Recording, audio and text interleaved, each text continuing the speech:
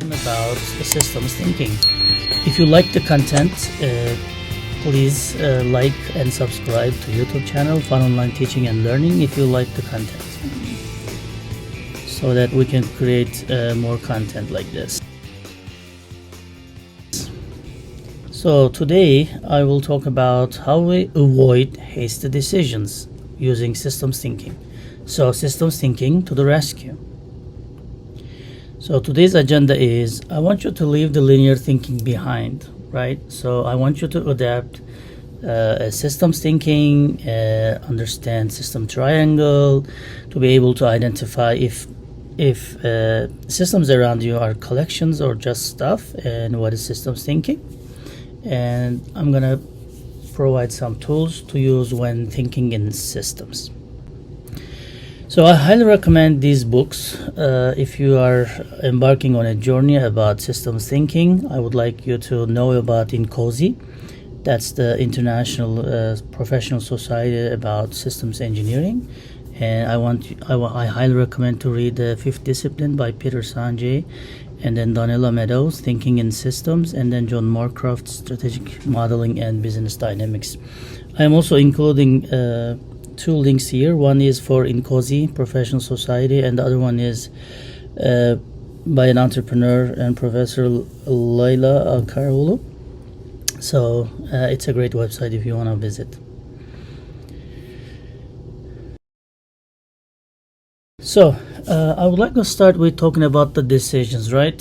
So there are many quotes that we can mention about the decisions and the quality of decisions. For example, Lewis Carroll said, "In the end, we only regret the chances we didn't take," right? And Albert Camus said, "Life is sum of all your choices." So choice means decisions, right? When we make decisions, we actually design our life and live our life.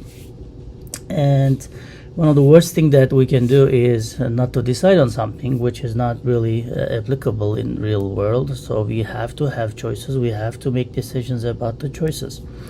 So how can we then increase the quality of our life? Well, we can increase the quality of our life by increasing our quality of decisions.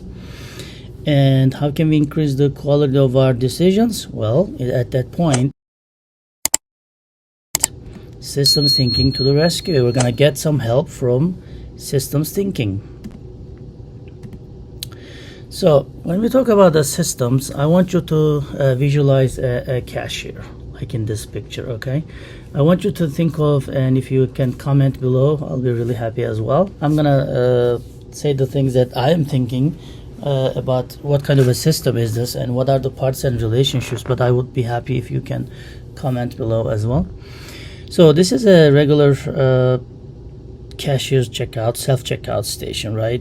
You can find any grocery store nowadays. And I want you to think of parts of this system. For example, when you think of parts, if you are thinking in systems, you see the parts that are not only physical and visible as well. For example, I can see there's a screen here, there's a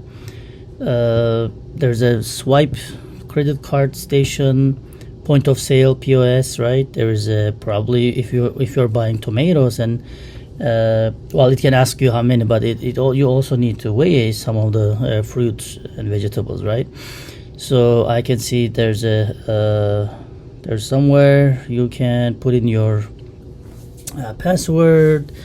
There's a place that you can use the plastic bags, but there are also things that are not visible here. For example, this little screen talks to the inventory of the grocery store, right? It talks to the banks, because when you swipe your credit card, or it must talk with the banks, right? So it should be integrated into the banking system. And when you weigh it should be able to weigh it correctly, and also it should be able to calculate the tax correctly. So if there's no tax on an item that you purchase, so as a systems thinker, you should be able to see the invisible, not visible parts and relationships as well, okay? So also in the self-checkout counter, think about the parts, properties, relationships. For example, I said this point of sale should talk to your credit card and should talk to bank correctly. And then there are requirements that needs to be considered. For example, can the customer purchase alcohol, right? Or cigarettes or stuff like that. And what are the related systems? For example, this self-checkout cashier or counter talks to the customer. There are employees over there, and there are blinking lights. There are errors that needs to be corrected, and what functions are performed, right? So when we talk about systems thinking, we should be able to identify all these different parts. So as you can see, even a little tiny self-checkout counter actually can be considered as an entire system. So designing that system, having systems thinking philosophy and application in the designing of this self-checkout counter is very, very helpful. So it's a lifelong practice. If you obtain systems thinking, really, like, it's really difficult to unlearn it. So it becomes a part of a second nature of you, and then everywhere you look, you look systems thinking, and you practice it lifelong, not only your professional life but also your personal, family, and social life as well. I highly recommend. I can't really make you watch this video because of copyright issues, but I highly recommend listen to Russell Ackoff. He's a modern systems thinker about the properties of systems and then how he identifies the system with his own way. I highly recommend you to watch this video. So in the beginning, I told you leave the linear thinking behind. For example, studying in an exam, right? You got a low grade. What do? Please write in the comments. Yeah, probably you say you study harder, right? You study harder. But are you studying smarter? Are you studying the correct topics, right? Are you engaged with the teacher? Are you engaged with the content, right? Are you on top of everything going on in the class or in the book, right? So just studying harder is not gonna secure you a better grade. For example, when in terms of traffic congestion, right? There's congestion, right? Like you see in this photo. Okay, so what do? We built new roads, right? In systems thinking, probably the first solution that comes to your mind is not really the best solution, because when you build new roads, now you have very crowded new roads, right? Why? Because when you think in systems, think about it. If the country has more lanes and better roads, what's going to happen? Well, people who doesn't have cars will purchase new cars because it's very convenient, it's quicker, it's cheaper. So they will discontinue using public transportation, right? So you will, because of the new lanes and better roads, you'll see more cars and you'll see congestion back again, right? So you have to solve this in a little bit smarter way. What can you do when you think in systems? For example, yes, you can still build roads, but you can encourage people to carpool. You can give people, the companies can provide some incentives to use public transportation so the employees don't use the cars, right? You can implement some policies that the cars after a certain age, they are not allowed in the traffic, because when they make an accident, a crash, it's high likely to contribute to congestion, right? And maybe you can again implement some rules and policies and say, like, for example, the trucks, 18-wheelers will not be able to enter or take these exits, right? Maybe they are in the center of the city and the trucks are not allowed to take those roads. So that's all gonna contribute to the better roads, right? Better traffic congestion, because in this problem, the problem is not roads, it's the traffic congestion, right? So we should think in a little bit bigger perspective. So instead of linear thinking, I want you to acquire event-oriented worldview, right? So in the event-oriented worldview, there's a goal and situation, and there's a discrepancy. For example, you have a goal, and then you have a goal to take a good grade in the exam, right? And then you study, and then situation is you get not a really good grade or not a goal. So there's a discrepancy, right? What do? Well, you make some decisions for the next time. As I said, study smarter, not only harder. Be on top of things. Contact your teacher. Go to study a little bit more, and support your study with maybe YouTube videos and other resources. And then after your decision, what do? You take action, right? And there are some results. So this event worldview, which is the linear thinking, what do you see here? What is missing here? Well, the missing is the feedback loop.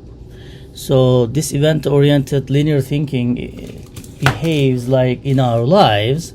There's only one event, there's only one discrepancy, and there's only one decision, and there's only one result.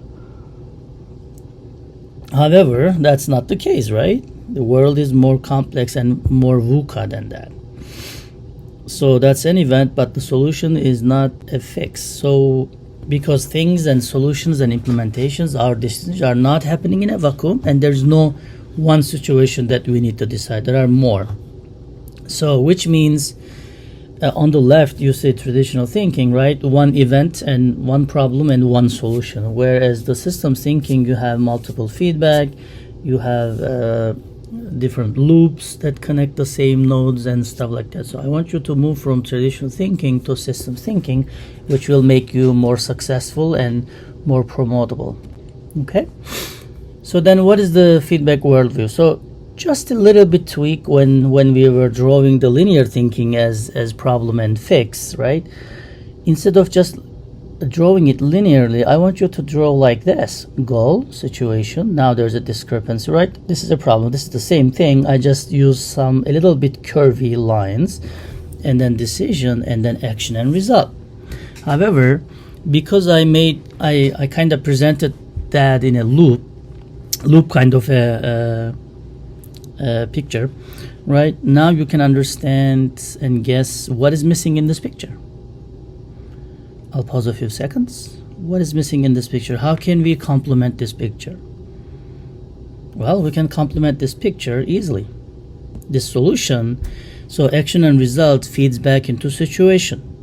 So just the example that I gave you, you got a little bit lower score than you aimed, right? Your goal. So this result, what does it do? Well, it feeds into the situation, and it impacts the discrepancy. So your discrepancy will be a little bit lower, right? So it's improved, but it's not zero. So then you make the same decision, the similar decision to study harder, and then now you have new action. However, what is this yellow thing? This is feedback, right? The decisions we make, we take actions, and then actions have results, and they have multiple results, right? And then they feed into situation. So if this loop is broken, and if you don't consider the feedback, it's like a blind person, right? You don't know where you're going. There's no feedback, right? So however, systems thinking adds on top of this picture, not only creating feedback, not only drawing a little bit curved lines, it also considers that action and results creates new decisions, new results, and they are all interconnected and intertwined. It's harder to solve these kind of problems, but that's the world we live in. So we also must consider in systems thinking second and third order effects of our decisions, because there will be unintended consequences. When we act on something, when we do something, there will be effects that we didn't really consider, right? They will cause maybe new problems. They will add new layers to the problem and the situation, and will add to our discrepancy.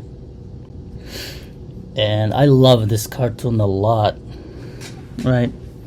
So you don't want to, in these situations.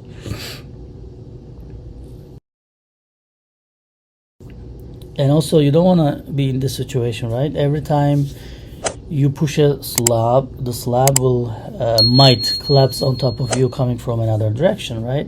Say you send an email to somebody, you never know whose desk or inbox the email will end up, okay? So you write an email to someone in the company complaining or saying bad words, and then he forwards it to another one, and then they forward to your manager, and then your manager comes back to you, right? So just like in this picture. Because we really need to understand the systems thinking, because being naive and not being aware of the systems thinking and systems, it's not gonna help us. For example, it's not gonna change the result. So if you don't know the system, how come you make good decisions? Okay, for example, I have a bestie, right? So they put in unintentionally kind of maybe a poison or something, right, in my coffee, and then I have a bad actor who wants to put poison in my coffee, right? Guess what? What is the result? Well, the outcome is the same. I'm injured, right? I'm hurt. So it doesn't matter my friend not knowingly doing it, and the bad actor really wants to do it. The result is the same. So every time we all live in systems, right? You gotta know your system. You gotta know your parts. You gotta know your relationships of the system, the objectives of each part and system, right? Then what is a system? Let's cover that in the next video, okay? And if you like the content and if you want to see more of these, please subscribe and follow the content, and turn on the notifications, please. I would really happy to see your comments below, because I read all the comments. Thank you.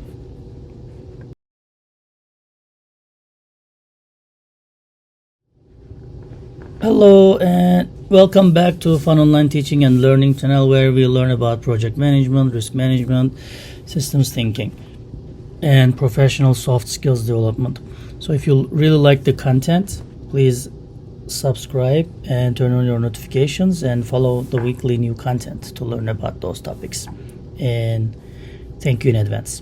So the previous video we left off where we started talking about what is systems engineering, but I want to make a quick recap about what we did in the previous video. So we talked about linear thinking and then feedbackward thinking, and we looked at what is system and the tools. So I recommended these books for you, and there's also in Cozy website and then the other website that you can find great resources about systems thinking. So systems thinking is actually help us increase our quality of decisions, and then as a result increase our quality of life. So please get some help from systems thinking. And we looked at self-checkout cashier or counter, and then we studied what kind of a system is this, what are the parts of the system, and so on. And systems thinking is a lifelong practice where you will not only use in your professional life, but also social settings and family life as well. So I want you to leave linear thinking behind, and when you have a congestion in the roads, just building new roads will not help us, because the roads will be even more crowded, because people will not use the public transportation, and because the roads are attractive and comfortable and quicker, they will get more cars, and then more lanes and bigger highways will still be congested. So here the problem is not building new roads or the lack of roads, but it's congestion. We also gave some examples, so you can check back the previous video. I'm gonna include a link in the descriptions as well.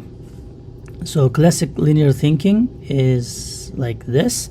So you have a goal and situation, and then there's a discrepancy, and then you make a decision, and there's an action and result. But instead of writing it linearly, I want you to draw it in curves, okay? So when we start situation, goal, and discrepancy, and start creating it and drawing it as a loop, we can easily see that we need to close that loop, right?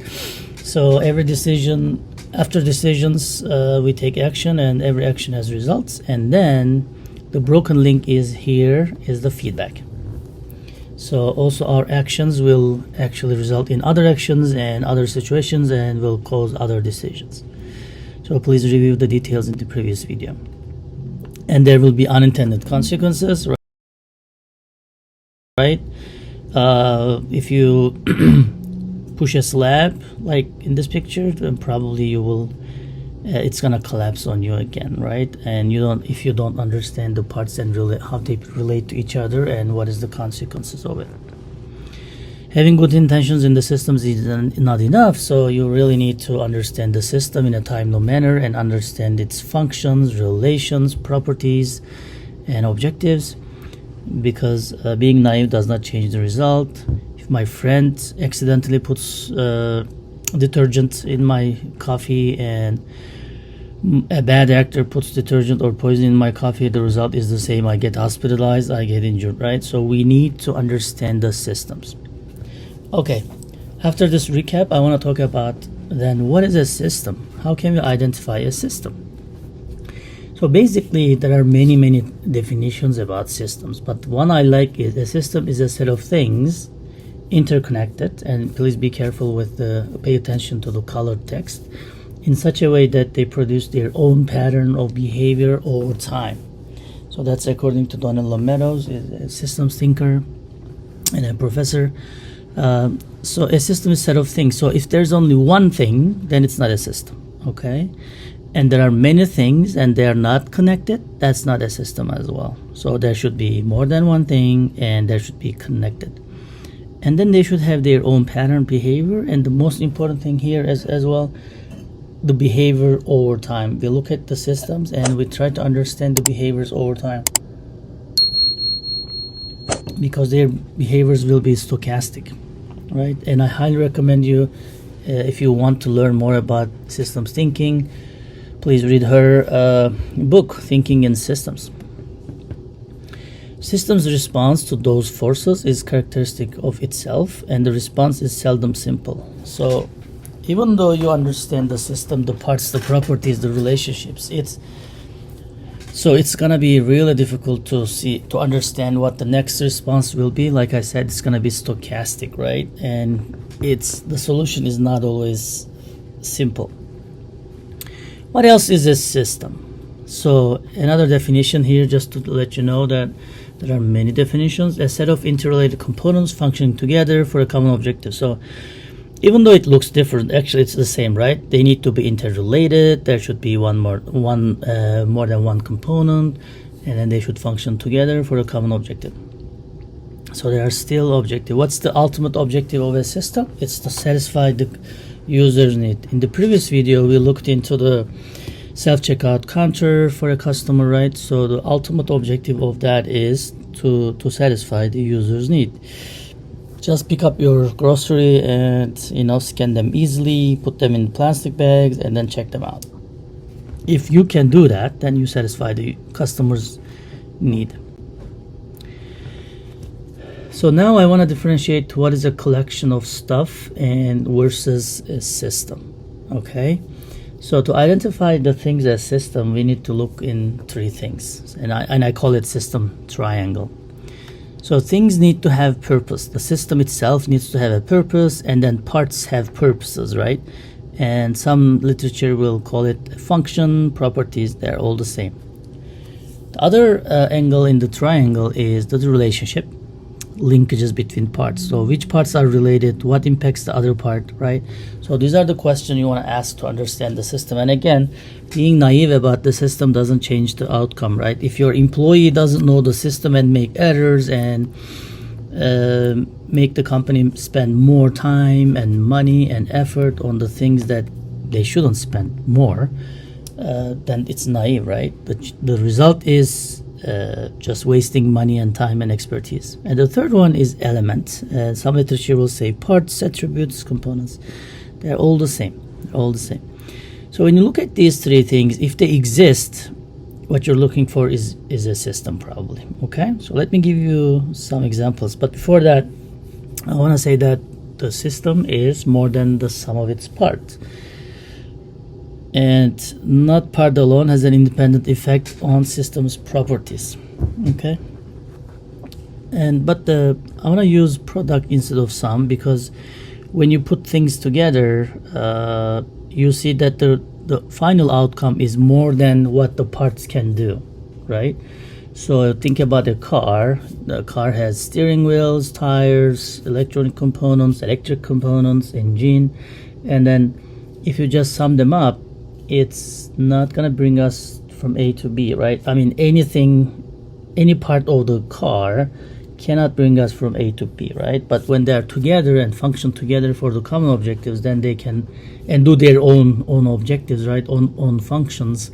Then I will be able to travel from A to B, right? So that's what I mean here. What are the properties of system, right? So think about it. Who writes on a piece of paper? Can you comment below? What do you think about that? What or who writes on a piece of paper? It's also from a philosophical perspective, right? I mean, the probably like build new roads or study harder to exam is probably similar to that. And we would say a pencil writes, right? Then get the pencil, put it on a paper, don't touch it. Let's see if the pen writes, right? If the pen writes. Give the pen to a person who doesn't know how to write and read and write. Can they write? No. So it as a system who a person is a system who has the muscles, the pencil, the paper, the intellectual, the cognitive level, who knows how to write and write, knows the alphabet, right? Knows what to write, then they write. So who writes? The person with those skills, right? Not a pencil, not a paper, not a hand, not a finger, okay? What carries you from point A to a point B? Actually, I alluded to it a little bit. A tire will not, a steering wheel will not, an engine itself, it will not. Take the engine out of the car and see if it carries you from A to B, right? So the car as an entire system can only carry us from point A to B. What is life? And who is living it? Well, the life is as a whole your system.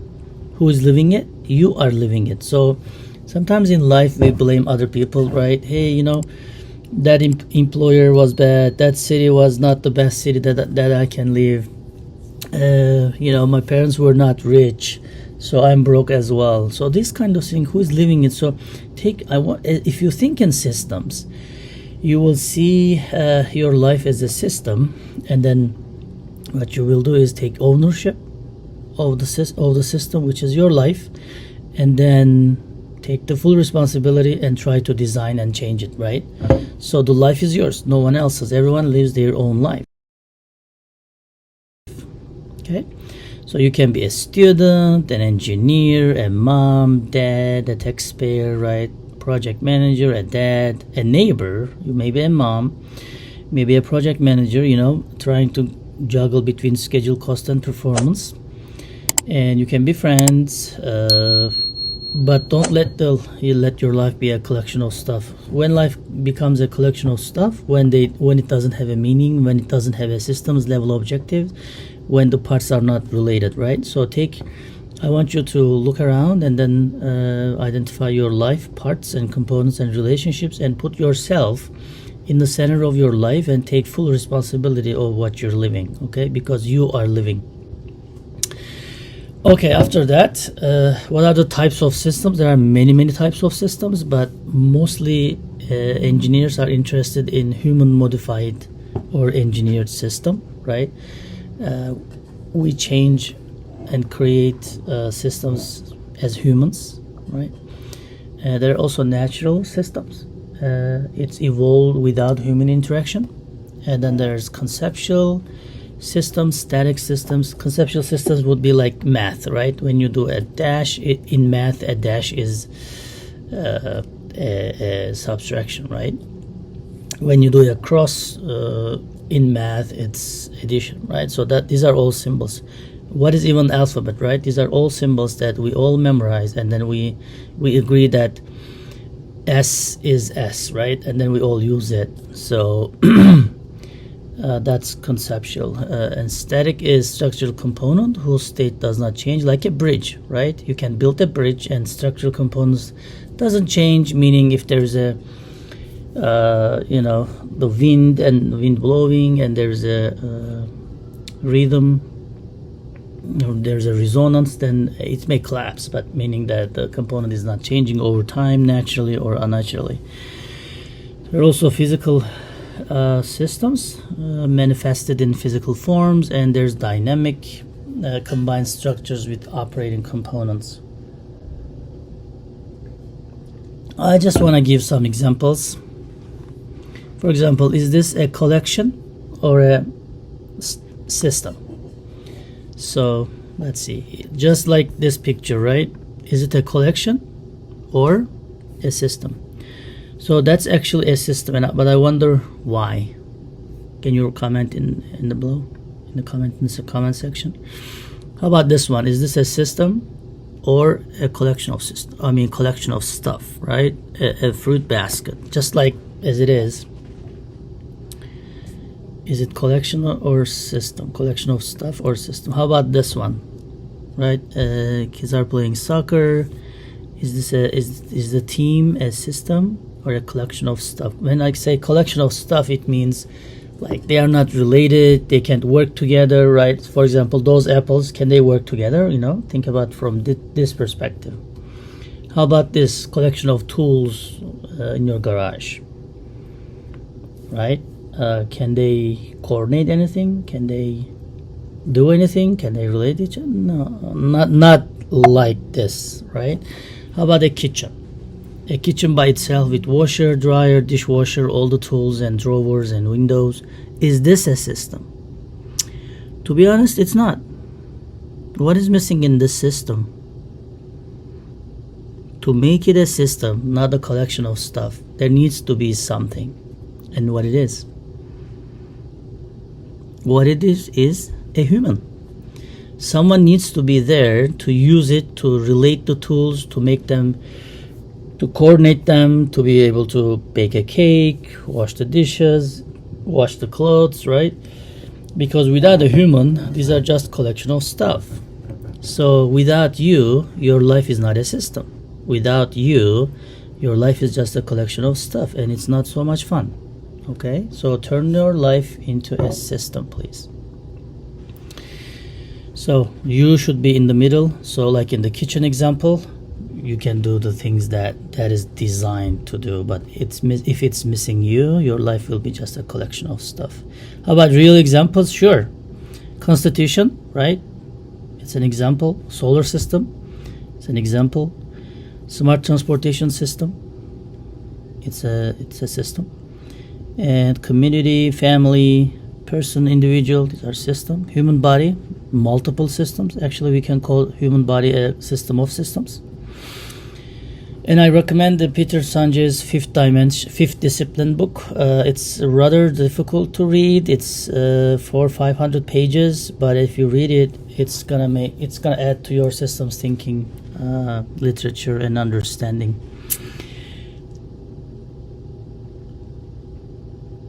Then what is systems thinking? So after identifying the systems, we need to see what a systems thinking is. It's a way of seeing and understanding a situation that emphasizes both the parts and the relationships among the parts rather than the parts in isolation. Like I said, a tire, a steering wheel, an engine will not bring us from A to B.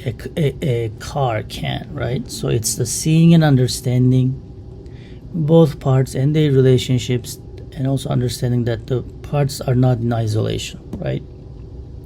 So that's systems thinking. And I want to pause it now here, and then I'll continue with more content next time. If you like the content and if you want more, please subscribe, and this will tell me that you want more, and turn on the notifications, follow our weekly content. And then thank you so much, and see you in the next video. Bye bye now. Hello, welcome back to Fun Online Teaching and Learning YouTube channel. It's good to see you back again. If you like the content we produce, please subscribe and turn on your notification so you can follow our weekly updates. And thank you in advance. So this is another video that we are covering the systems thinking. Okay, so far we talked about what's linear thinking and what's feedback thinking, and we defined what a system is and how can we identify a system using the system triangle, and then how can we differentiate a collection of stuff versus the systems. And then we looked into what is systems thinking. Okay. So I highly recommend you to check out these resources: Fifth Discipline by Peter Sanjay and Thinking in Systems by Donald Lamedo, right? And you can check out the INCOSI's website as well. It's the International Professional Society about systems thinking. So this is the definition, right? A system is a set of things interconnected in such a way that they produce their own pattern of behavior over time. So if there's only one thing, it's not a system. If there are multiple things and they are not connected, they are not system. If they don't produce their own patterns, it's not system. So to identify a system, I use the system triangle like a ruler, right? So the system needs to have purpose, relationships, and elements. So there are different names that we give in different literature. Purpose can also be function and properties. Relationships, some literature says linkages, right? Elements are parts, components, and attributes. So you can be a taxpayer, engineer, project manager, you can be a mom, dad, but if you are not in the middle of your life, because you're living your life, so if you don't assume full responsibility of your designing your life and living it, then the life becomes a collection of stuff, which is not really the desired outcome, right? So you have to put yourself in the middle of the life and then assume the responsibility and design and live it. So what are some of the real examples of systems? There are symbolic ones: constitution, legislative, executive, judicial. There are natural ones, solar system. There are engineered ones like smart transportation systems. There are, again, engineered and community-based one. District, school, right, individuals. And there are natural systems, again, like a human body. I actually want to see this systems of systems, right? There are multiple systems in our body. Then we covered what is systems thinking. It's seeing and understanding a situation, the parts and the whole and the relationships, and understanding that the parts are not functioning in isolation in a vacuum. So what is the power of applying systems thinking then?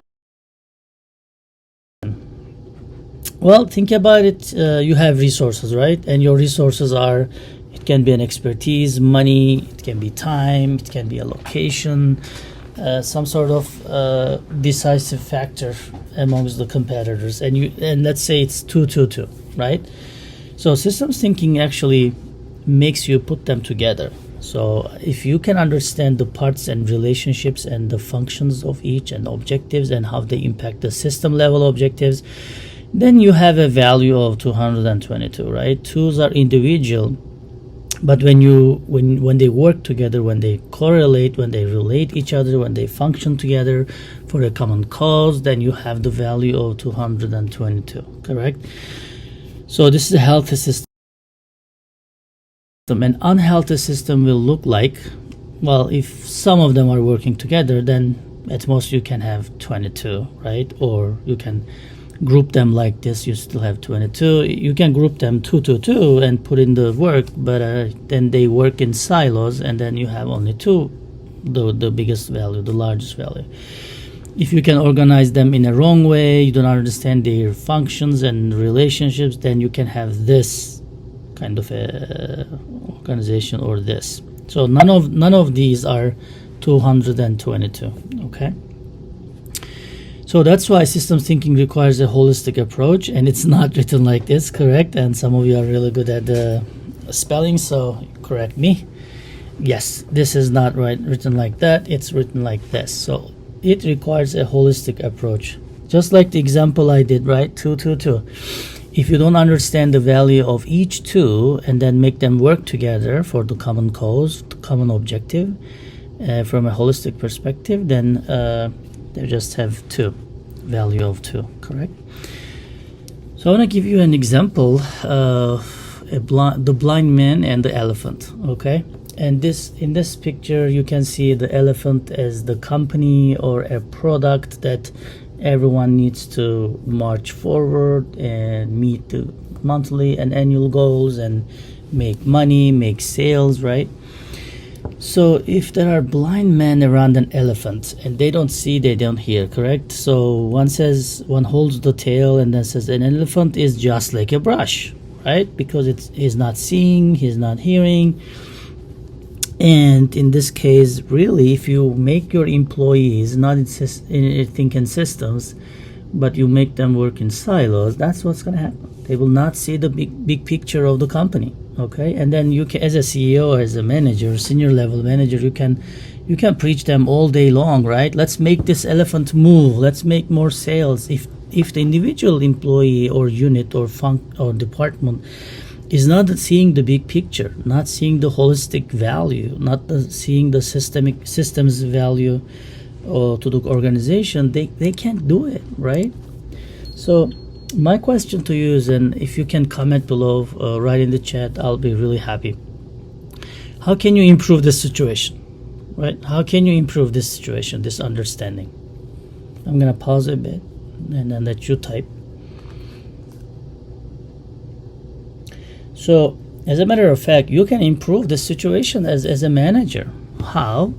You can give them eyes, which means you can let them experience what they are touching with eyes. So add more visuals to the situation, correct? What else can we do? Well, another thing I want to do is, as a manager, to improve the situation is give them talking, give them speaking abilities so that they can coordinate, they can speak, they can email, they can share information with other employees and departments, correct? So that also increases the understanding. One thing I also want to add is if you can move the roles of employees, correct? So make them, I don't mean like permanently, but let them work in other teams, see what they are doing, and add to their knowledge and experience. So this way they're going to see the elephant, and from a marketing perspective, they will understand what the manufacturing guys are doing. From a quality perspective, they will understand what the sales people are doing, and they will sympathize with others, and they will contribute better to their function, okay?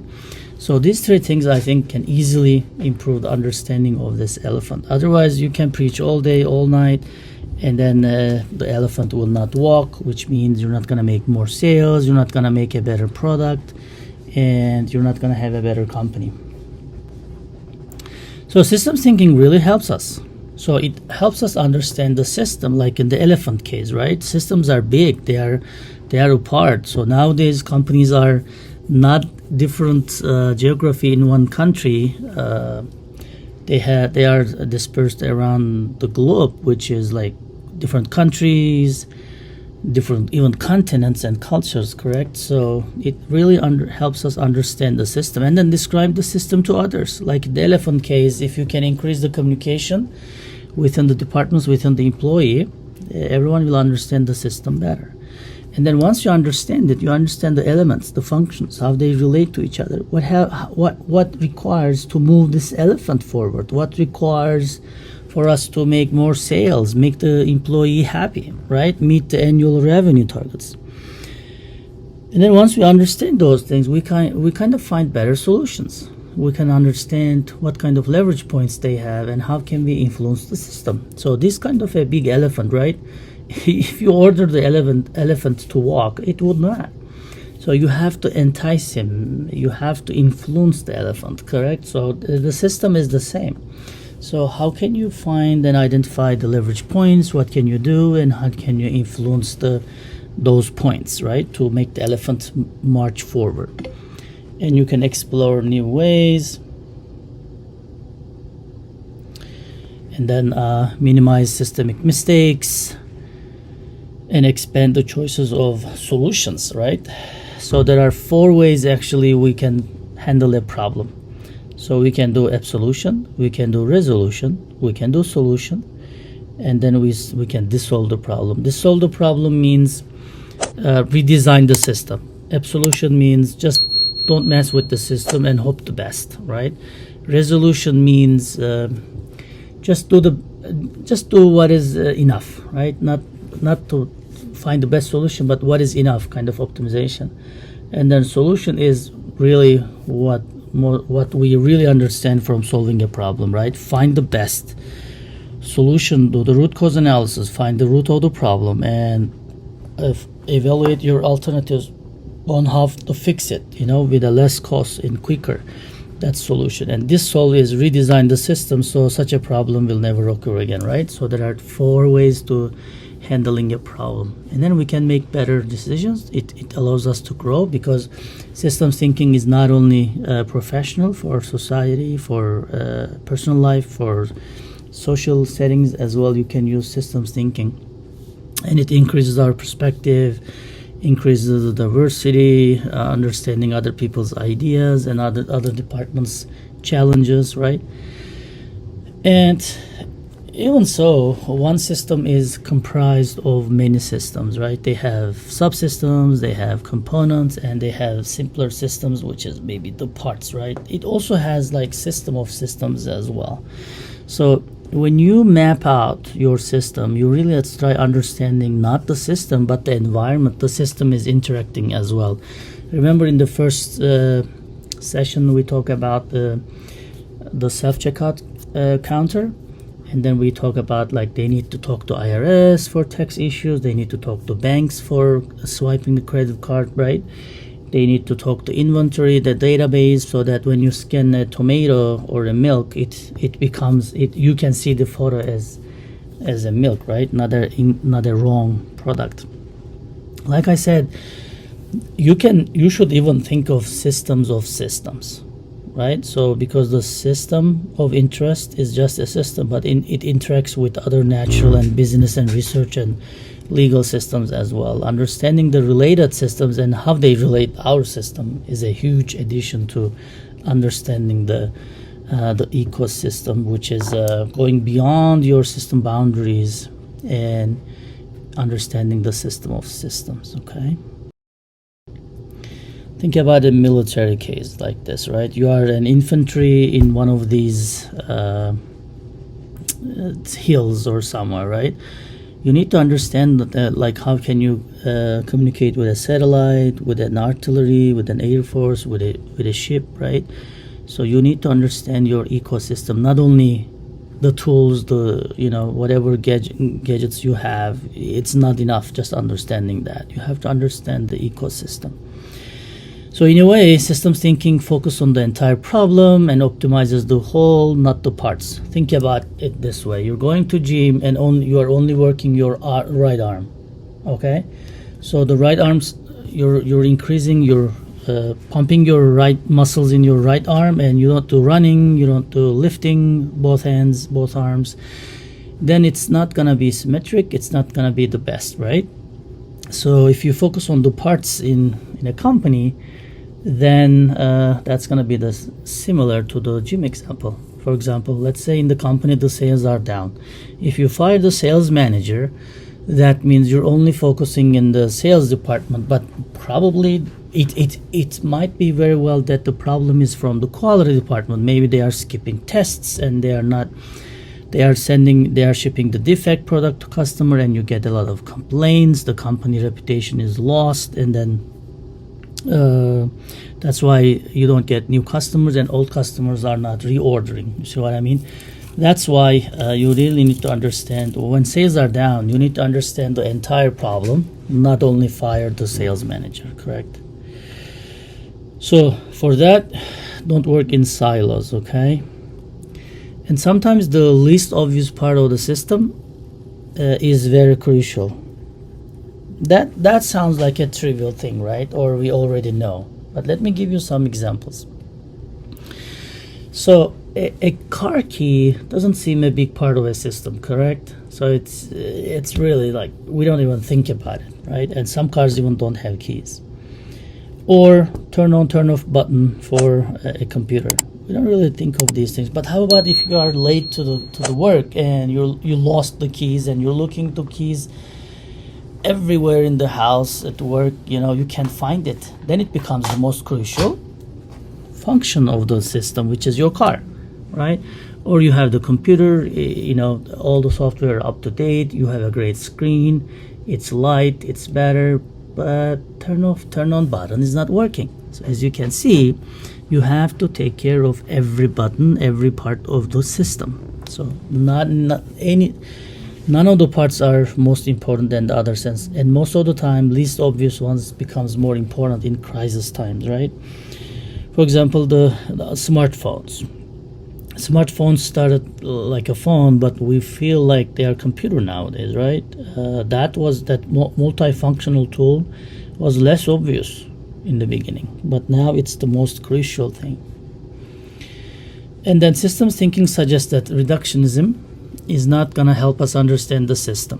Okay, when you break it into parts, like a car, and you show it to someone and never saw a car, probably doesn't understand.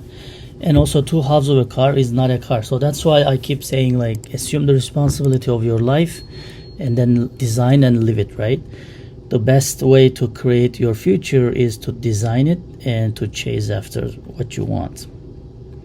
For example, there's a ticket that you want to attend, right?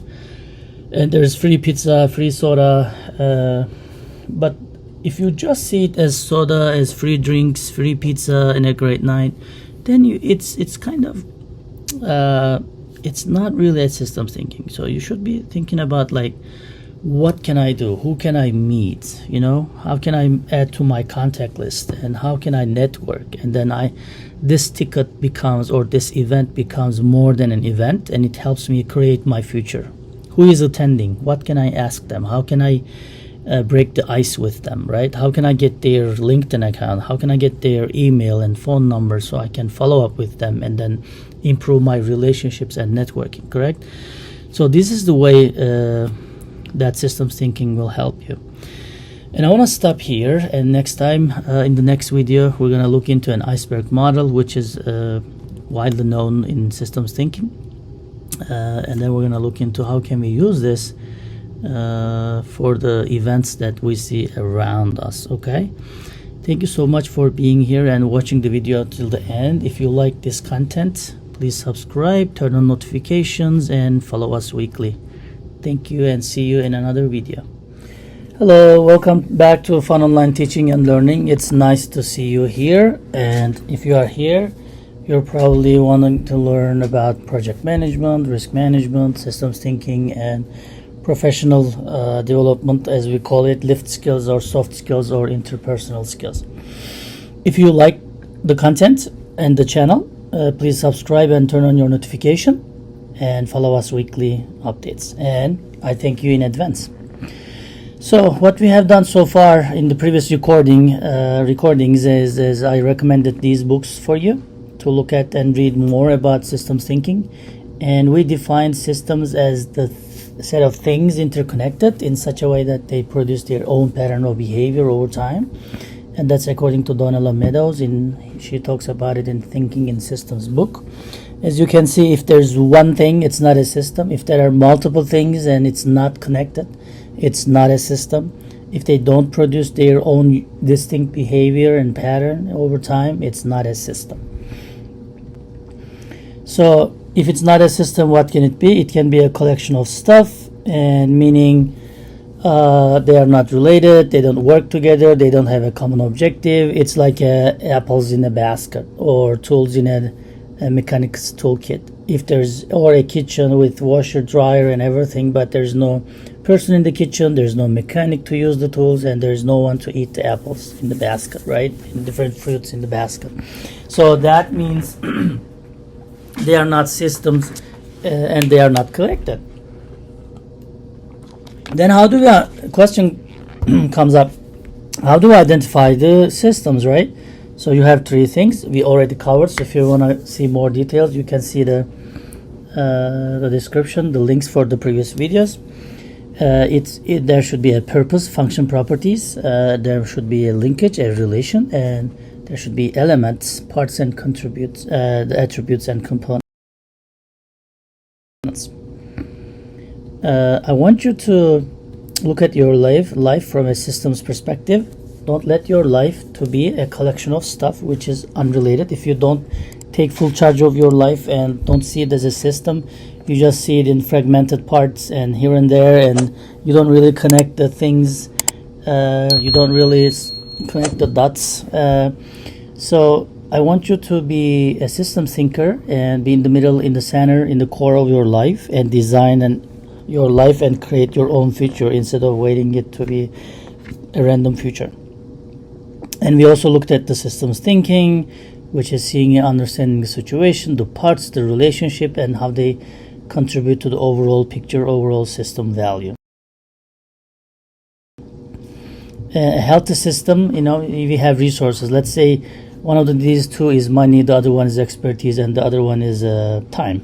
If you put them together in a healthy system, then you increase the value and you have a 222. But if you don't have a healthy system, if it's unhealthy, then you organize it wrong, and the most you can have is 22, right? In most cases, you only have 2. So if we don't pull to the same side, if we pull the opposite side, then we're not going to be able to create the system value. And I gave an example in the previous video about an elephant. The elephant being a product, making sales in a company or a big company. If you don't let your employees and departments talk, share information, see each other's work, and sympathize, then the company will not be able to move forward like this big elephant, because no one sees the big picture, right? You can preach all day long as a CEO, as a manager, as a leader. It's not gonna make sense for the employees, because they don't see the big picture. And you can improve the understanding by letting them see, but letting them hear, letting them share information, letting them understand what the others are doing, and sympathize with them. So systems thinking helps us understand, describe the problem, analyze the problem, find solution, minimize the mistakes, expand the solution space, make better informed decisions. We all covered that in the previous video. And also, systems thinking is not enough. We have to think in systems of system, right? Because every system we have has related systems, and then they exist within an environment. They don't exist in a vacuum, right? They are relating to other natural resources, research, political, legal frameworks, other businesses and laws, and financial systems. So now systems thinking, you have to expand it on to systems of systems, okay? And we also talk about the least obvious part of the system might be sometimes the most crucial one. And I gave the example of a car and a turn off, turn on button for the computer. We don't really realize that. We don't care about keys and button, but if the computer turn on, turn off button is not working, you can't really open the computer. And sometimes when you launch product, like in this case, like the smartphone, then you think it's a phone, but then it becomes a tool, it's a functional tool that really connects people, and most of the features were not really obvious when we first started the smartphones, right? And then we talk about reductionism is not enough. You have to analyze and then synthesize, right? Break apart things and then put them together back again. And then half of the car is not a car. In this specific session, I want to talk about an iceberg model example. So iceberg model is, you have to look for pattern and mental models and be aware of the mental models when you want to see the systems, understand the parts and relationships and objectives and functions for attributes for each part, and also the system level value, okay? So for example, when you're walking on a street, you see a soda can. What do? You probably pick up the soda can, right? Great. How about the next day when you're walking the same time, maybe the same day, the same street, you probably will see another soda can, right? And then you start understanding a pattern. And you also see that because of so many soda cans, now the trash bins are overflown, maybe by the wind or people putting more soda cans and trash than it really can hold, right? Now you see another problem. And what do? You write the city, you make them put more trash and stuff, more trash bins, and hopefully it's not overblown by wind now. But you still see soda cans around, right? Why? Because people are not probably using the trash bins, although they are there. So if you would put this example in an iceberg model, When you see the first soda can, it's an event, right? It's what is visible in the iceberg. It's what is happening, right? So it's happening that there's a soda can on the street. And then the next day I see the same soda can and overflowing trash can. Now I see a pattern, a trend. People are not careful about putting their soda can in the trash, just kicking it on the street. And also I see a pattern that if people try to put it, it's overblown by the wind, and the trash bins are not enough, right? And then now I try to understand what is hidden, right? So the only visible element is event, right? And then under the events, under the water, you have the patterns and trends. The event is what's happening. Patterns are probably what's going to happen, right? And then the underlying structures, I want to understand, like, why is this happening? Why am I seeing soda can on the street? Why am I seeing overflown soda cans and trash bins being a lot, pouring out from the trash bin? And now I want to understand underlying structure, which is deeper than the pattern, right? In the invisible, the hidden side of the iceberg. How can I influence? What is influencing the situation, right? And then the deeper end of the iceberg tip, the bottom tip, is mental model. So these are the underlying culture and beliefs that fuel the structure, that fuel the patterns, and that make me see, because it's only visible part, see the event, the soda can on the street, correct? So if you want to understand the system and use solution and increase your solution space and quality, then you have to look for patterns and mental models, okay? So probably you know the usual hierarchy of data: information, knowledge, and wisdom, right? When we put data in context, it becomes information. When it's relevant, it becomes knowledge. And then when I put some vision in it, it becomes wisdom, right? So if you I want to overlap this with the iceberg model, which I really need to turn this like that, because events are data. That's the thing that I see on the street, soda can. And information is pattern, because when I give a context, I see soda can every time I walk, so it's an information, right? And I want to understand, I want to know what is the underlying structure, why I'm seeing like soda cans around. And then I want to be wise about it. How can I change it, right? When you start thinking in this model, you really started understanding the systems.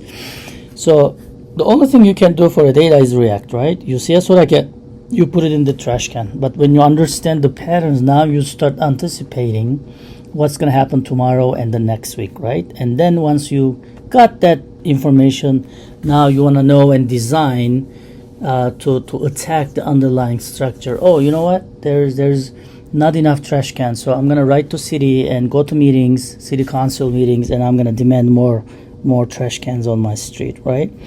And then one step further you can do is transform, right? So if the trash bin is full, you want people to carry their trash, soda can, and then discard it in a trash bin that is available to them, that's empty, maybe next to their home, wherever they are walking, wherever they are going, right? You want to transform the culture. If they can wait a couple of feet and put it in an empty trash bin, right? That's transformation. That's not easy to do. That's not apparent, and that's not a quick fix. But when you change and transform the people's mental models, then you will not see soda cans, right? So iceberg model in systems thinking is so much important, and there's so much implications that we can use in the real world. And the next time when we are together and when you join me, we will discuss about some of the practical applications of systems thinking. What can we do in our practical life that's gonna help us? Hello, welcome to my channel, Fun Online Teaching and Learning. Today we are going to deep dive into the systems thinking, one of the most powerful tools for solving complex problems. If you ever wondered why quick fixes fail or why problems keep coming back, this video is for you. So stick around till the end for the key takeaways that will change your way of thinking about problems, problem solving, and critical thinking. Let's get started. You might be wondering, what does it all mean in practice? It means slowing down to see the bigger picture. It means asking better questions before jumping to conclusions, and it means understanding that every decision you make ripples through the entire system.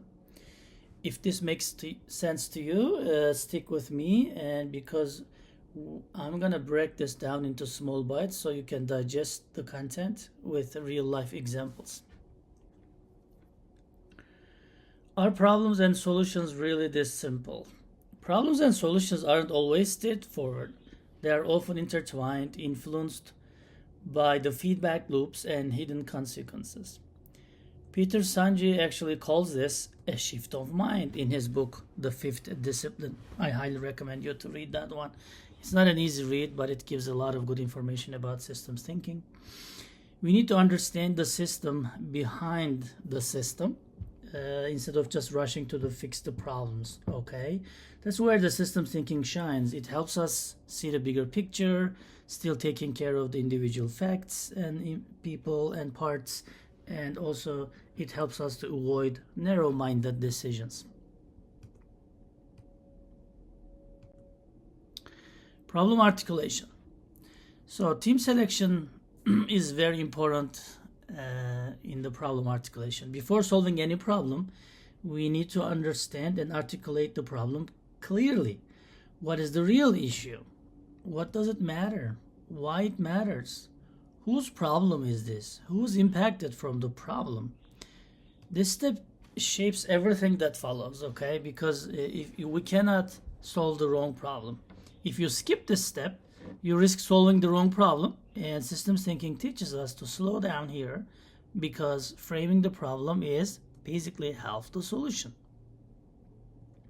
And framing the problem is, that's why, very critical. And you probably remember Einstein saying, if I had an hour to solve a problem, I would spend 50 minutes thinking about it and 5 minutes thinking about the solution, correct? There you go. So what does that really mean? Einstein here is emphasizing the importance of problem definition over jumping straight to the solutions. Most people rush to fix problems and symptoms without really understanding the root cause of why the problem keeps happening. But if you deeply analyze the problem, its context, its parts, its causes and implications, its leverage points, which we will cover, you will often find that the solution becomes obvious and much easier to implement. Why it matters? Well, this code perfectly aligns with systems thinking, actually.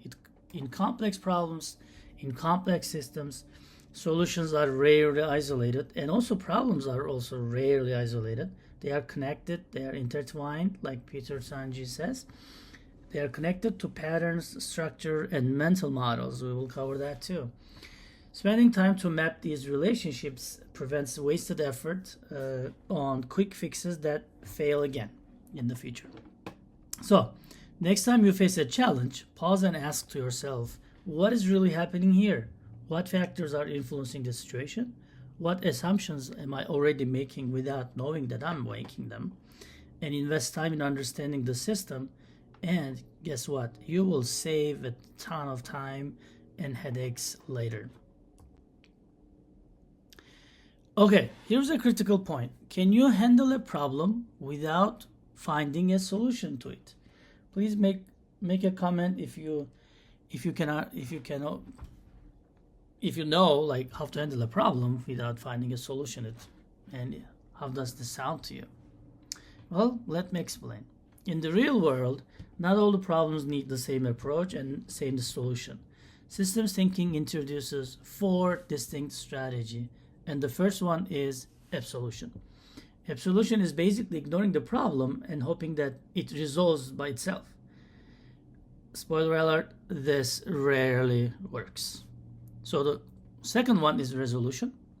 Resolution basically means take action that's good enough, meeting minimum requirements, minimum viable product, and it's quick, but often it's temporary, like a band-aid. You basically have a band-aid on your scar, wound, and then it's basically a temporary solution. So that brings us to the solution, the third one. The third one, aim for the best possible outcome, optimizing the situation as much as possible. This is where most people stop because it's a little bit harder, right? This is basically most professions are trained for. So you are all trained for the best possible outcome and best possible solution. But there's only one more, this solution. What is this solution? Basically, this solution is actually my favorite, the systems thinker's favorite. Instead of fixing the problem, you redesign the environment so the problem disappears entirely and never comes back. It's transformative because it changes the system, not just the symptom. So which approach do you use most often? Drop your thoughts in the comment section and please follow me for the next video, because next we will explore why this solution is an ultimate game changer.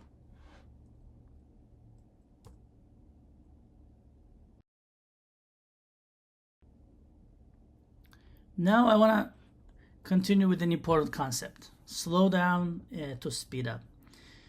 Here's a counterintuitive truth. Sometimes you need to slow down to speed up. Rushing into solutions often creates more problems. Taking time to understand the system saves a lot of time and resources later. So next time you feel pressured to act fast, pause and ask, what is really driving this issue? So as you can see in this plot, that's a product life cycle. And as you can see, it's really easy to change stuff in the beginning. As you can see here, it's easy to change in the beginning, but as you move into the production and phasing out, it's not easy to change, almost impossible. And you commit a lot of resources in the beginning where your actual system knowledge is the lowest. So here's a couple of things you can do. In the beginning of a project, try to increase the system specific knowledge. So you do better commitments, and then whatever you want to change, you can change easily. So your effort should be increasing your system specific knowledge. And the good thing is, if you follow this line, it's cost incurred. So in the beginning of a project, you don't really spend any money.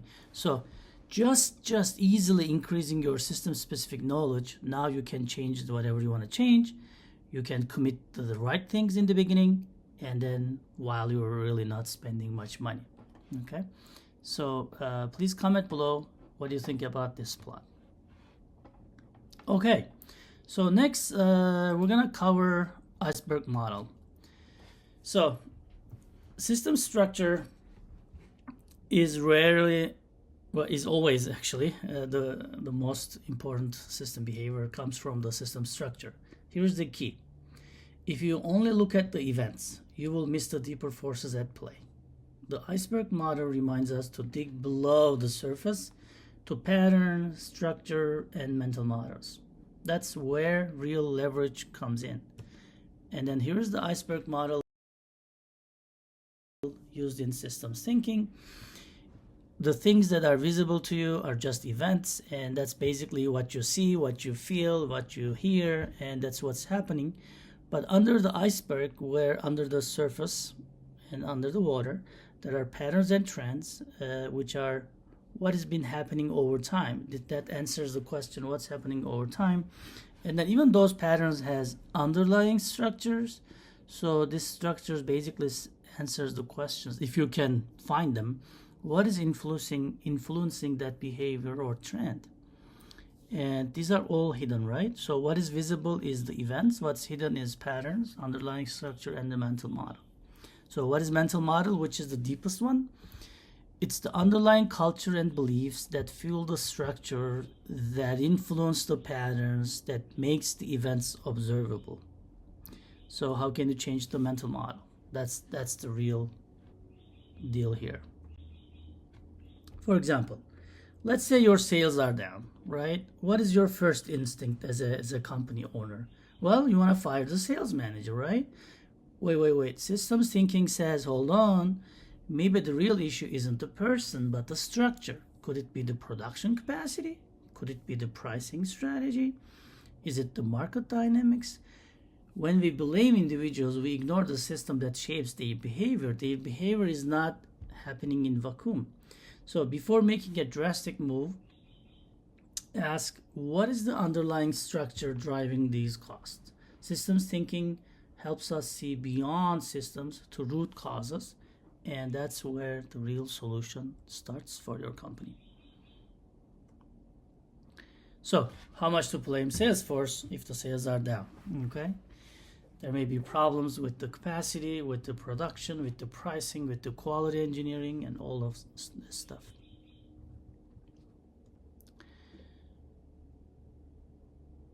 Listening isn't just hearing words. It's weird, right? Listening is not just hearing words. It's understanding the context, the patterns, the parts, the perspectives. Systems thinkers, which is you, move from the act of listening to the art of listening, which means asking deeper questions like we covered in the Iceberg Model and connecting dots. Other people miss, and it's a skill that really transforms the conversations and decisions. Okay, so these are some of the practical applications of systems thinking for professionals. So there are implications on the risk side as well. Emergent risk detection. So risks don't always come from individual parts, right? They often emerge from interactions between components, and that's why the systems thinking is critical for risk management. It helps us really spot these hidden risks before they cascade into bigger failures, and we're gonna cover those in the upcoming minutes. So from a practical perspective in the systems, you need to understand the leverage points. You want to identify your leverage point because they are the secret weapons of systems thinking. They are the places in a system where a small change can create a big impact. And I'm going to give you one example in a minute. Instead of quick fixes that fail later, we look for interventions that transform the entire system. Later, I'll share an example of leverage point you can use in your work. For example, so this is from Stephen Covey's book. System is in equilibrium, and then it's balanced, right? But there are things that really, let's say this is your time and the work available, and then number two is now you have more tasks, more work to do, and you still have the same time available, right? So how can you fix that problem? Well, you should be able to see the leverage point here. So please comment down below. What do you think? How can you balance this equilibrium, bring this system to equilibrium again? So what I think we can do, just reject some of the work or delegate some of it so that number two box gets a little bit shorter. What you can do is from number one, which is your time available, you can steal some time from your family time, from your resting time, from your weekend, and try to increase that box so it comes to equilibrium, right? Or here's an interesting thing that you can do. You can just leverage point and bring that support point to the right a little bit, so you can bring the system back to equilibrium again. So always try to see what can you do for systems and what can be some leverage points that others miss. So let's move into RCA. So RCA is root cause analysis. So cause and effect in systems is often distant in time and space. That's why root cause analysis can be tricky sometimes. The action you take today might not show results for months or might create unintended consequences later. Systems thinking help us map these corrections so we can make smarter decisions. So root cause analysis seems easy on the surface, but it's not really easy when you, first of all, to understand the causes, and then how can you fix those, okay? Because some of the solutions might not become apparent after a few months. Another tool in the systems thinking toolkit is feedback loops. So there are basically two feedback loop, reinforcing loop and then balancing loop. So you can use this feedback loop and analyze them for the unintended consequences. Okay, reinforcing loop is leads to instability, and it gives an exponential growth, where the balancing loop basically produces the stability, and it's also a self-correcting system. So reinforcing loop can increase and escalate the risk. Balancing loops can mitigate and reduce the risk from that point. So systemic risks are the ones that spread like dominoes falling, okay? One failure triggers another, and then soon the entire system is in trouble. Systems thinking helps us identify these cascading risks before they spiral out of the control. It's a must-have skill for everyone managing complex projects. We have to identify the systemic risks that's occurring and repeating, and also cascading failures in the system as well. I can't really go into the details of every tool. I'm gonna just hint here, but please comment below if you really like any of them. So FMEA, failure mode and effect analysis, is a great one for cascading risks, understanding the cascading risks. Event tree analysis and fault tree analysis is also great tools if you can use, and then try to map the system from a hazards and consequences perspective, which we call Swiss cheese model, is also a great way to identify the systemic risks. Which tool is your favorite?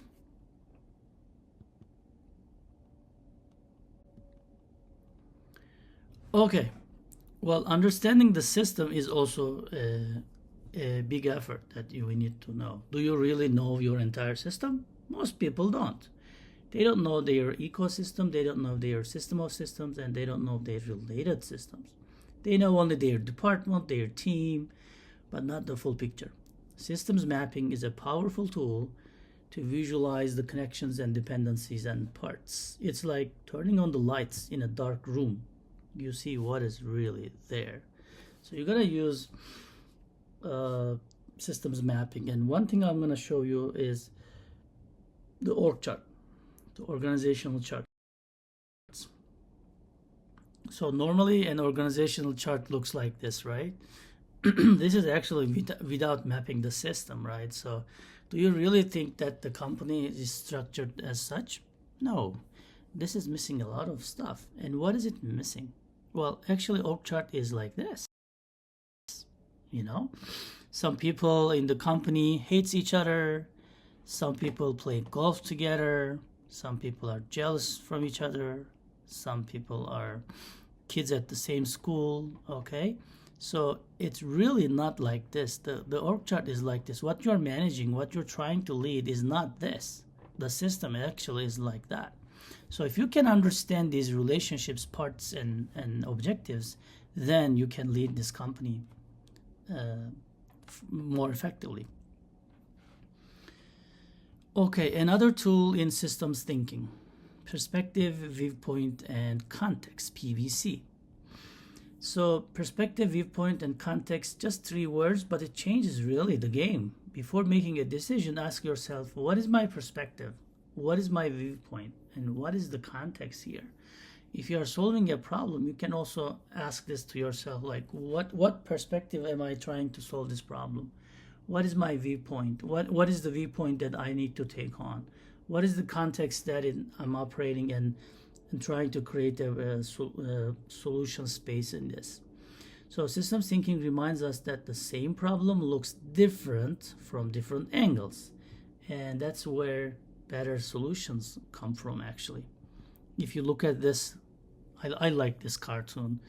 So the man on the little island says, "Oh, there's a boat, I'm rescued," and the person in the boat says, "Oh, there's a land, I'm rescued," right? So perspective really matters.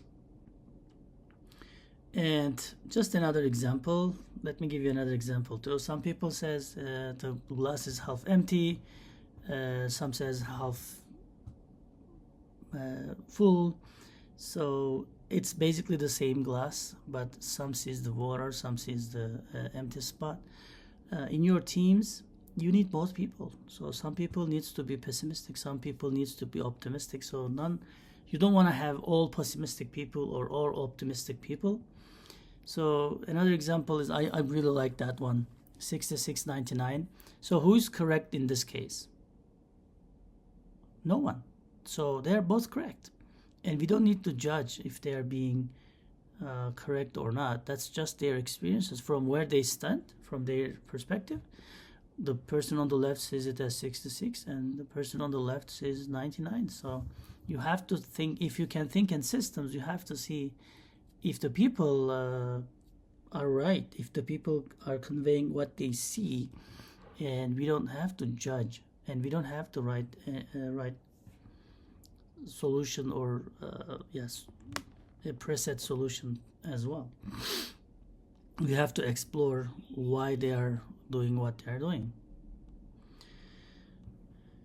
So we also need to understand that we have filters.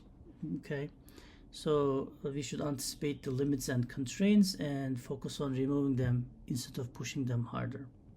For example, if we have a policy, if we are reading a policy in the company, there are different layers that understanding this policy really goes through. For example, people have different cognitive limitations. We read the same thing, just like the 6699 example, right? But we understand it differently because of the cognitive limitations of individuals. And individuals have different operating goals, rewards, and incentive, and different cultures and companies have different operating goals and rewards and incentives, how they motivate the people.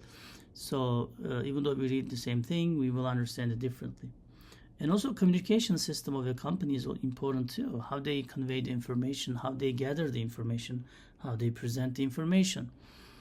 What are the systems and underlying infrastructure to communicate? So these are also distorting the facts that we are reading on paper or seeing, right?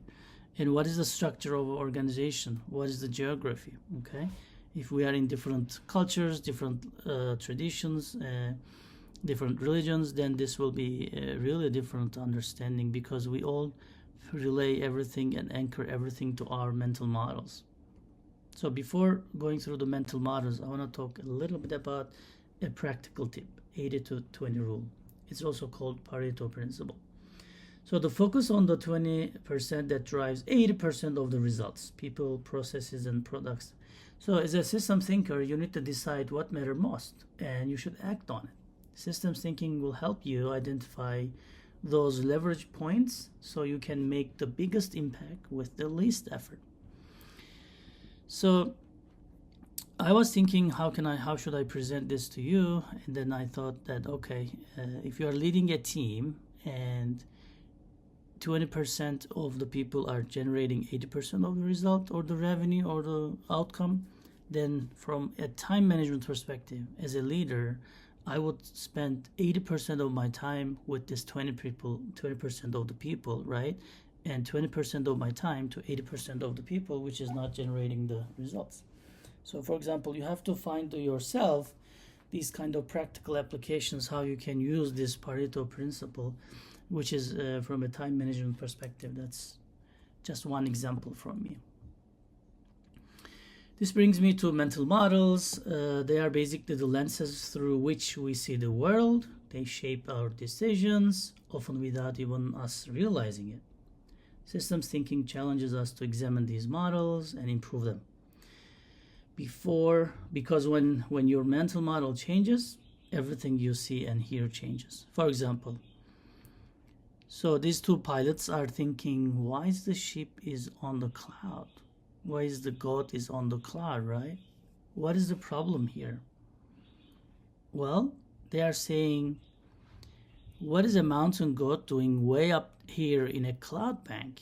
maybe they are nosediving, and maybe they're gonna hit a mountain where the goat is, but they don't think about it because it never happened to them. So it's not within their mental model, right? So every time you encounter with a new situation, you should understand that you anchor it to the mental model. It's really hard to get rid of the mental model and be like tableau roseau, like a clean table, clean paper, right? But you have to at least be aware of your conclusion can be because of your mental model. So we do not describe the world we see the world we describe. So that's why it's very, very important. We do not perceive the world we see the world as we perceive. So in the pilot's case, this is also very, very applicable, right? So always be suspicious and on alert. Don't jump to conclusion right away when you have a problem. Okay, it has been a while, but stick with me here. There's only a couple of maybe a couple of minutes I'll try to make it under 30 minutes. So you have to improve your mental model. This is the real deal. This is the real transformation. It's not just about reacting or anticipating. It's about redesigning how we think. When you change your mental model, you change your decisions, your actions, and ultimately your results. That is the power of systems thinking. This is the real deal, right? So if I see a dog, I run away because one dog bit me when I was a kid. And then when you see a dog, maybe you have a pet, you have good relationship with dogs, good experiences, and then you basically want to pet the dog while I'm running away, right? That's the mental model. It's not the dog's fault or anything. It's me having this mental model, right? So there you have it. Iceberg model is, again, there are events that are visible, and under the water there is what's hidden, which are patterns, underlying structures, and then way deeper, it's the mental models.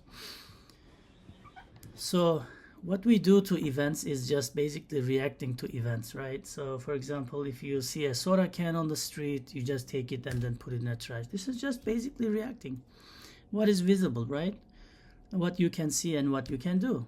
But how about the pattern? So if you walk to the same street next day, next week, and then you see more soda can, now it's a pattern, right? Now it's happening over time. And then you can anticipate for the upcoming week, you will still see a soda can. So now what you can do is trying to worry about what's the underlying structure for this. So you can design it, right? The underlying structure reinforces and encourages the pattern, which are make the events visible. So if you can fix what is influencing the behavior and trend and design it again with a different way, then you will not see that soda can. For example, if the reason you are thinking is there's not many trash bins or they are full, then you can just request more trash cans, so you can change the underlying structure, and then now next week when you walk to that street, you will not see the soda cans because there's enough trash bins, right? However, if you go deeper, there's also mental models. These are basically the deeper impact for the system. So for example, if you somehow transform how I think about dogs and make me forget what I lived in when I was a kid, when the dog bit me, then basically I will also pet the dog. See what I mean? So mental model is the real deal. That's the most difficult thing to do for humans because it's more to psychology, it's educational, and people need to be willing to do that because it's about beliefs and cultures, which is we're having a hard time to willing to change. Let me give you an example. What is this? Comment below what you see here. And also, what do you see here? Well, actually, probably you said the first one is heart, the second one is star. But Google heart and then see if the heart looking like something like that. Or Google star and then see if the stars look like that. So that's not really heart. That's not a star. That's not even close. So because we all believe that this is heart and we are taught that this is heart and that one is star, everywhere we see these symbols, basically that they're just symbols, we always say or think that this is heart and the other one is star. Okay, that's because of our mental models. So you have 10 seconds to comment who or what is this. And I'm not going to give you an answer. Some of you will be able to nail this down because of your mental model. So I'm gonna wait 10 seconds. Okay, you got that down. Let's try this one. Who or what is this? Go ahead and comment.